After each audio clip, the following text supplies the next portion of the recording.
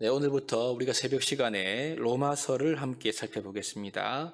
로마서에 대한 서론 부분을 알기를 원하시는 분들은 우리 유튜브에 들어가시면 마산동강교회, 우리 교회를 치면요. 올 상반기에 저희가 신약 성경 통독을 하면서 담임 목사님께서 이 로마서에 대한 개관 영상을 업로드한 것이 있습니다. 그것을 보시면, 다시 한번 들어보시면 로마서에 대한 소개가 잘 되어 있기 때문에 기본적인 것들을 잘 알 수가 있을 것 같습니다. 오늘은 아주 간략하게만 서론을 언급하고 본문 내용을 함께 살펴보도록 하겠습니다. 우리가 다 아시다시피 이 로마서를 기록한 사람은 사도 바울이지요. 사도 바울이 본 저자이고 로마서 말미에 보시면 더디오라는 사람이 이 사도 바울에서 이 로마서를 대필했다. 이것을 우리가 함께 살필 수가 있고요. 이 사도 바울이 서신을 받는 수신자인 이 로마 교회는 어떤 교회인가? 이 교회는 사도 바울이 직접 세운 교회는 아닙니다. 아마도 오순절에 예루살렘에 모였던 많은 사람들 가운데 성령을 받고 베드로의 설교를 들었던 사람들 가운데 세웠거나 아니면 스데반의 순교 이후 박해가 일어나면서 박해를 피해 흩어진 사람들이 로마까지 가서 세운 교회가 아닌가 그렇게 크게 볼 수가 있는데요.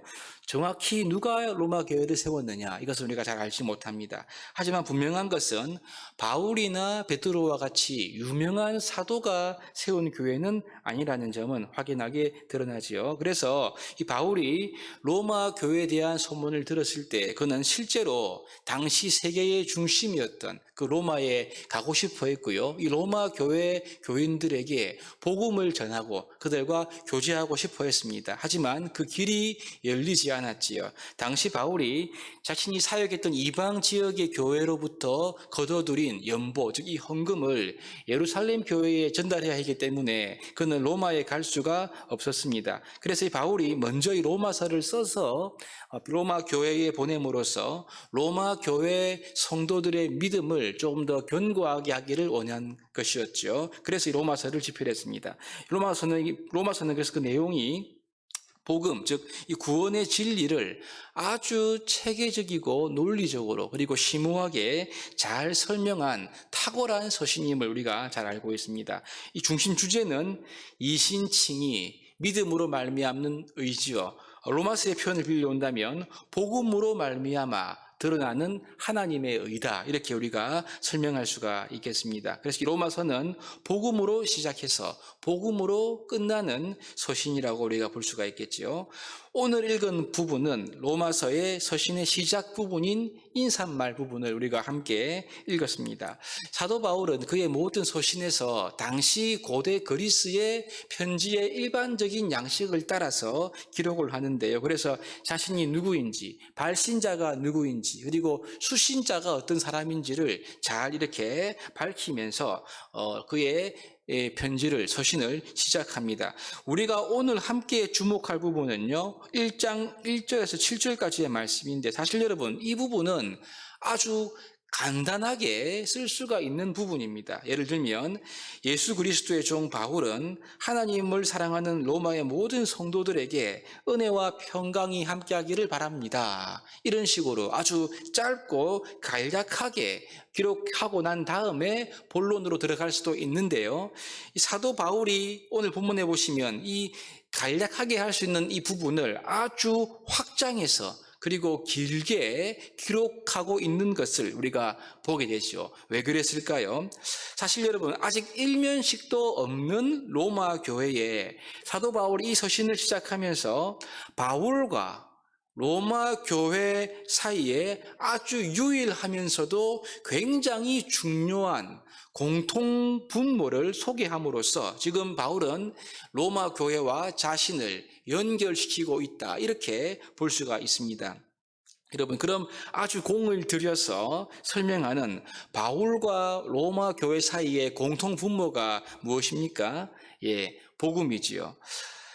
바울과 로마 교회는 아직 서로 만나본 적은 없습니다만은 이미 복음으로 강력하게 이 둘 사이는 연결되어 있더라는 거죠. 그래서 바울은 인사말부터 복음적인 배경을 아주 거창하게 그리고 분명하게 언급함으로써 그의 서신을 시작하고 있는 것입니다. 여러분 그렇습니다.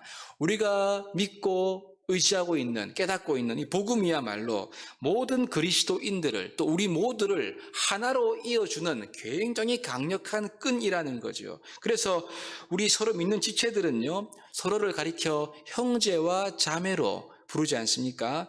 육신의 피를 나눈 형제는 아니지만 예수 그리스도의 피를 나누고 그 피로 말미암아 하나가 된 영적인 형제요 자매들인 것입니다. 저는 목사니까 성도님들 저를 부를 때 목사님이라 하고요. 전 또 성도님들을 부를 때 장로님, 권사님, 집사님 이렇게 호칭으로 부릅니다. 우리나라가 특별히 직분 문화이기 때문에 그런 면이 많은데요. 그러다 보니까 이 언어, 즉 용어의 작은 차이긴 한데 형제, 자매라는 말에서 오는 이 가까움과 친밀함을 우리가 잘 못 누리는 경향이 맞는 것 같습니다. 저는 여러분 하나님의 세밀한 은혜와 인도를 구할 때 예수원이라는 곳에 가서 좀 며칠 있는데요. 거기 제가 입실할 때는 제 직분을 목사라고 썼는데 거기에 들어가면 모든 사람들이 저를 형제와 자매로 부릅니다. 그러면 여러분 굉장히 거기에 어떤 친밀함과 가까움을 누릴 수가 있습니다. 사실 여러분 예수 믿는 모든 성도들은 복음 때문에 하나가 된 굉장히 친밀하고 가까운 관계라는 거죠. 때때로 여러분 이것은 언어와 인종과 문화까지 초월하는 경향이 있습니다. 그러므로 오늘 우리가 로마서 1장의 말씀 인사말을 묵상하면서 모든 성도들을 대하면서 우리가 무엇을 마음에 생각해야 하느냐, 그건 여러분 우리의 이 관계, 성도의 관계가 인간적인 관계가 아니라는 것입니다. 우리는 보통 복음보다 우리의 이해관계가 앞설 때가 많지 않습니까? 달면 삼키고 쓰면 뱉어버리는. 여러분 우리가 예수 그리스도 때문에 복음으로 인하여 영적으로 한 가족이라는 사실을 전제로 서로를 대하는 그런 자세가 필요한 것이죠. 서로를 소중히 여기고 믿음 때문에 내 지체임을 귀히 여기는 것, 서로의 필요가 무엇인지를 돌아보는 것, 이 그리스도의 사랑이 우리 마음 가운데 필요한 것입니다. 복음적 관점으로 성도들을 대하고 있는지 자기 자신을 돌아볼 수 있는 귀한 시간이 되어야 할 것입니다. 한 가지 더, 오늘 본문의 바울의 인사말은요, 단순한 인사말을 하기 위한 것은 아니고요, 로마 교회를 향한 이 복음을 전하고자 하는 바울의 열정을 여기서 볼 수가 있습니다. 바울이 깨닫고 알고 있는 그 복음의 은혜를 함께 나누고 싶어하는 그 바울의 열망이 인사말 속에 포함되어 있는 거죠. 그러므로 복음은 이 바울과 로마 교회의 공통 분모일 뿐만 아니라 바울이 로마 교회에 더 구체적으로 알리고 싶어 했고 나누고 싶어 했던 메시지 그 자체였던 것이죠. 그래서 온통 인사말에는요, 바울 자신의 속에는 좀 부차적인 것으로 보이고 오히려 복음에 대한 설명이 주된 것 같이 보이는 것이 오늘 바울의 인사말인 거죠. 구체적으로 보시면요, 바울은 자기 일을 소개하면서 1절에 보시면 그가 그리스도의 종, 사도가 된 이유가 무엇입니까? 하나님의 복음을 위해서 택정함을 입었다. 그렇게 말씀합니다. 2절부터 아예 이 복음이 무엇인지를 설명하고 있지요. 복음을 굉장히 체계적이고 구체적으로 더 이상 설명이 필요 없을 만큼 아주 분명하게 말씀을 하는데요. 복음이 무엇입니까? 2절에 보시면 복음은 아들, 즉 예수님에 관한 것인데요. 선지자와 구약 성경에 미리 약속하신 것이다. 3절에 보시면 그 복음의 내용이 예수님인데 그 예수님이 어떤 분인가? 3절에 다윗의 혈통에서 나셨고요. 4절에 죽음에서 부활하여 하나님의 아들로 선포되신 분이 우리 예수님이시다. 바로 우리 주 예수 그리스도, 그분이 복음의 핵심이시다. 이렇게 정확하게 기록을 하고 있는 것이죠. 그래서 예수님 때문에 그분의 은혜로 모든 이방인들이 믿어 구원을 얻게 되었고요. 사도 바울이 이 일을 하게 된 것이고 로마에 있는 모든 성도들 역시 이 예수님 때문에 복음 때문에 하나님의 것으로 부름받았다. 이 사실을 미리 알리고 있는 것입니다. 그러므로 여러분 서신의 인사말부터 로마 교회를 향하여 바울이 깨닫고 믿고 있었던 이 복음을 확실히 알리고 싶어하는 사도 바울의 그 열정이 이 서신에 고스란히 녹아 있는 거죠. 여러분 그렇습니다. 성도들 간의 관계에 있어서 가장 중요한 공통 분모는 복음이지요. 다른 그 어떤 것이 아니라 복음입니다. 또한 그뿐만 아니라 성도들인 우리가 서로 주고받아야 할 영향력, 주고받아야 할 은혜의 내용이 무엇이냐? 그것 역시 복음이다. 이것을 우리가 이 서두의 인사말에서 발견할 수가 있는 거죠. 사랑하는 여러분, 우리가 신앙생활을 해오면서 성도들과의 관계에 있어서 복음으로 인한 은혜와 감동을 얼마나 나누고 있습니까? 내 마음에는 내 안에 깨달아진 예수 그리스도에 대한 이 사랑과 감격을 내 주위에 있는 성도들과 얼마나 나누고 싶어하는 마음이 있습니까? 초창기는 있었는데 지금은 그 마음이 식어져 있지는 않습니까? 여러분, 나는 매일매일 깨닫는 말씀과 이 성령의 기쁨을 나누고 싶어하는 그런 열정이 우리 안에 있습니까? 이 뜨거운 영적인 교제의 열망이 우리의 신앙생활 가운데 얼마나 있습니까? 이것이 사라져가고 점점 의식과 형식만 남은 화석화되는 신앙생활은 아닌지요?